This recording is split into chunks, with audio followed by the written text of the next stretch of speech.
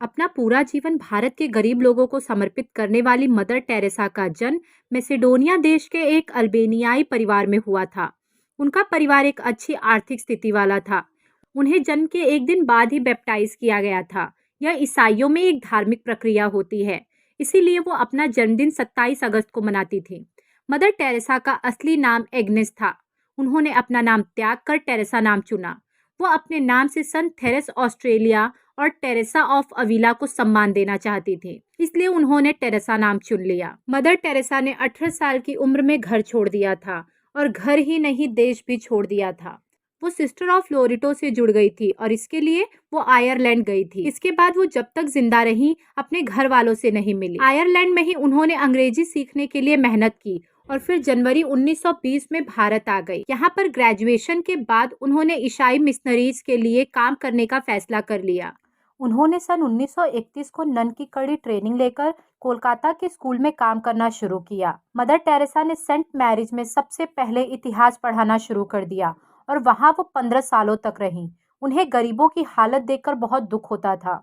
सन 1946 में दार्जिलिंग रिट्रीट के दौरान ही उन्होंने कहा कि उन्हें भगवान का संदेश मिला है कि इस देश में सबसे गरीब लोगों की मदद करनी है। उन्हें 2 साल लग गए अपने इस काम को पूरा करने में। उन्होंने नर्सिंग का कोर्स किया, उसके बाद वह लोगों की मदद में जुट गई। मदर टेरेसा जब सेवा के क्षेत्र में आई तो उन्होंने सबसे पहले अपनी ड्रेस बदलकर साड़ी कर ली ताकि वह लोगों के बीच आसानी से रह पाए।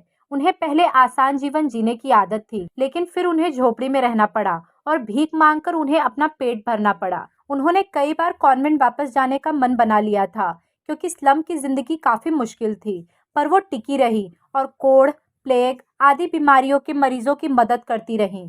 सन 1948 के दौर में भारत वैसे ही अच्छी हालत में नहीं था, ऊपर से गरीबों को ऐसे हालत में कोई ठीक से नहीं रखता था। मदर टेरेसा ने सन 1947 में ही भारत की नागरिकता ले ली थी।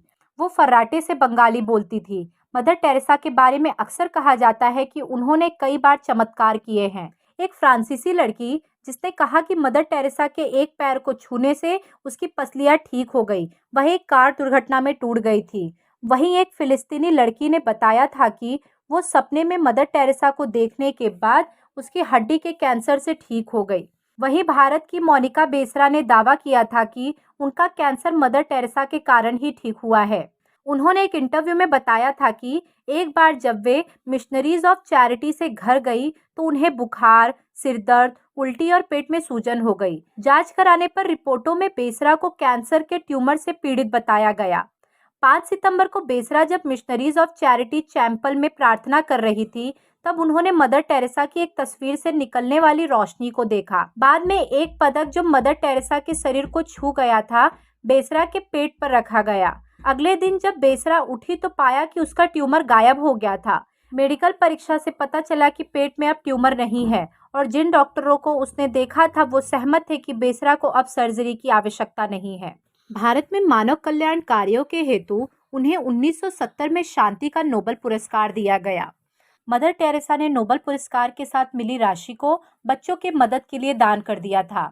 भारत सरकार द्वारा उन्हें 1980 में भारत के सर्वोच्च पुरस्कार भारत रत्न से भी सम्मानित किया गया था। मदर टेरेसा द्वारा भारत में उनके द्वारा किए गए सेवाओं के लिए कई पुरस्कारों एवं सम्मानों से सम्मानित किया गया है। 1931 में उन्हें पोप जॉन 23वें का शांति पुरस्कार और धर्म की प्रगति के टेम्पल्टन फाउंडेशन पुरस्कार से सम्मानित किया गया। विश्व भारती विद्यालय ने उन्हें देशिकोत्तम पदवी दी, जो कि उसकी ओर से दी जाने वाली सर्वोच्च पदवी है। अमेरिका के कैथोलिक विश्वविद्यालय ने उन्हें डॉक्टरेट की उपाधि से विभूषित किया। वहीं सन 1977 में ब्रिटेन द्वारा year of the British Empire की उपाधि भी उन्हें प्रदान की गई। धन्यवाद।